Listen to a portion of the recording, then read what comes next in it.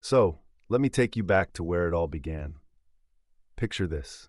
I'm 15 years old, bright-eyed, and just landed a job doing room service at this beautiful resort. I navigated the sprawling grounds like a pro, and by the time I turned 18, I was growing my hair out long, thinking I was the coolest guy around, headband and all. Fast forward a few years, and I get a call from an old friend who worked at the resort. Apparently, the entire dishwashing team had walked out, and they needed someone, anyone, immediately. I lived just a stone's throw away, literally 150 feet from the entrance. They offered me cash, no interview needed, just dive in and start washing dishes. I thought, why not?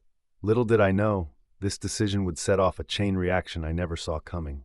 So there I was, working solidly in 3 kitchens from open till close, just me and the mountains of dirty dishes. Days turned into weeks, and eventually, they hired a few more hands.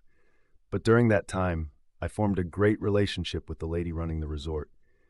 We were neighbors, and she genuinely loved having me back. Now, I eventually left for what I thought was a better paying gig. Spoiler alert, it wasn't. More hours, less income, and I ended up spending more on gas. So when I got another call from my friend, I jumped at the chance to return.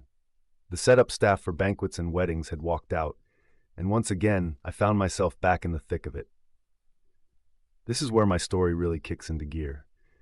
By this time, I had long, thick hair, no more headband, just a tight ponytail that reached my mid-back. I was prepared for front-of-house duties, so I made sure to shower before work and braid my hair tightly.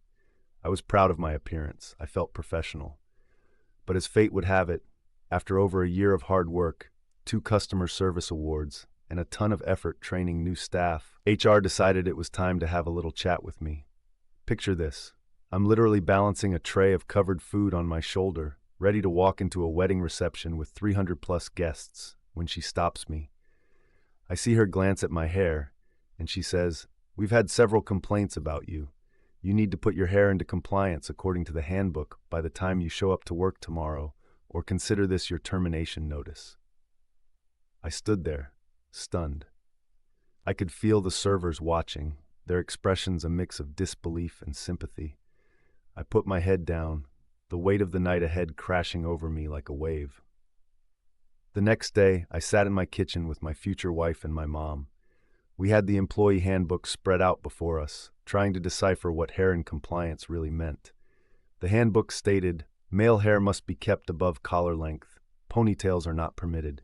And just like that, I knew what I had to do. I washed and dried my hair, and my mom pulled out a large soup pot that fit perfectly over my head. It was deep enough to stop just above my collar.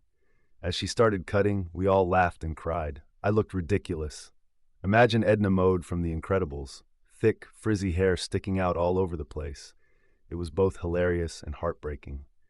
With my new, compliant hairstyle, I walked into work the next day. HR was shocked. I don't know if she was surprised I actually showed up, or if she was just taken aback by my new look. I quoted the handbook, confidently stating that I was now in compliance. She argued that I looked horrible, but I turned it back on her, reminding her that criticizing my appearance wasn't in the handbook. Word spread fast. Everyone had something to say about my new do, and I couldn't help but laugh along with them. We had a lot of work to do, cleaning up after a wedding reception, setting up for the next one. As I was hauling a rack of water glasses into the grand ballroom, the lady who ran the resort spotted me. She called my name, and when I approached, I could see the shock on her face. "What happened to your beautiful hair?" she asked. I explained the entire saga, and I noticed her body language shift. Her lips thinned, and she excused herself quickly. Next thing I know, my boss was handing me a hairband, ordering me to put my hair in a ponytail. And just when I thought that would be the end of it, rumors started swirling. She was in HR's office for an hour, some said. HR just got walked out of the building. I never confirmed what happened, but I know the office was empty the next day. Weeks later, a new HR lady showed up, and she approached me, extending her hand. "You must be OP," she said with a knowing smile.